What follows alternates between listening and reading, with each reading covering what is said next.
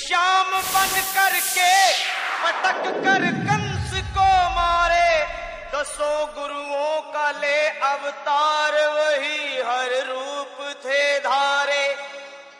धर्म का लोभ होकर जब पाप में संसार होता है, दुखी और दीन निर्बल का जब हाहाकार होता है, प्रभु के भक्तों पर जब घोर अत्याचार होता है, तभी संसार में भगवान का अवतार होता है।